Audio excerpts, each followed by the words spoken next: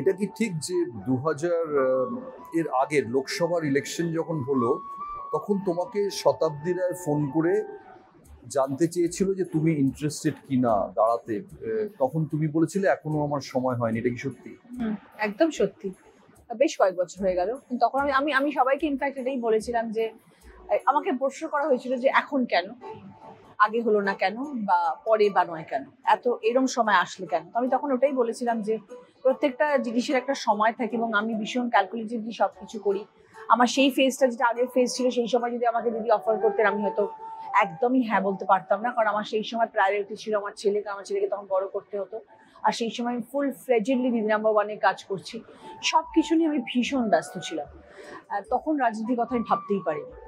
এখন আমার ওই ওই জায়গাটা থেকে আমি অনেকটা এগিয়ে এসেছি, তো সেই জন্য I gave it a thought. আর আরেকটা জিনিস অনেকে জানতে চায় যে অদ্ভুত একটা প্রায় সাজানো স্ক্রিপ্টের মতো হলো যে তুমি গেলে নবান্নতে ইনভাইট করতে মমতা বন্দ্যোপাধ্যায়কে, তিনি এলেন এবং তিনি আসার পরে শোনা গেল তার ওই সময় থেকে তুমি জয়েন করবে, তুমি জয়েন করলে।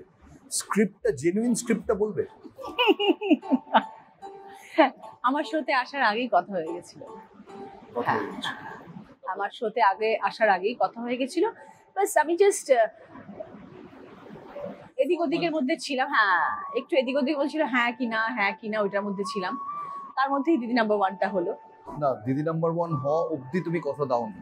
মোটামুটি মানে ওই 90% এর মধ্যে ছিল, 10% একটু এদিক ওদিক, মানে খালি একটুখানি মনের মধ্যে খটকা লাগছিল, পারবো তো এরকম খটকা লাগছিল। তো সেই হিসেবে আমি বলেছিলাম যে দিদি হ্যাঁ হবে কি হবে না ওরকম আর কি। দিদি যে বুঝে গেছিল যে রচনাকে আমি বলেছিলাম রচনা না আমাকে বলবে না।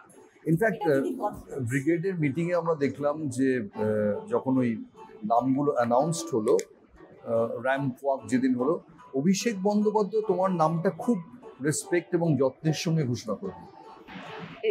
It is a privilege, definitely এটাই পাওয়া আমার।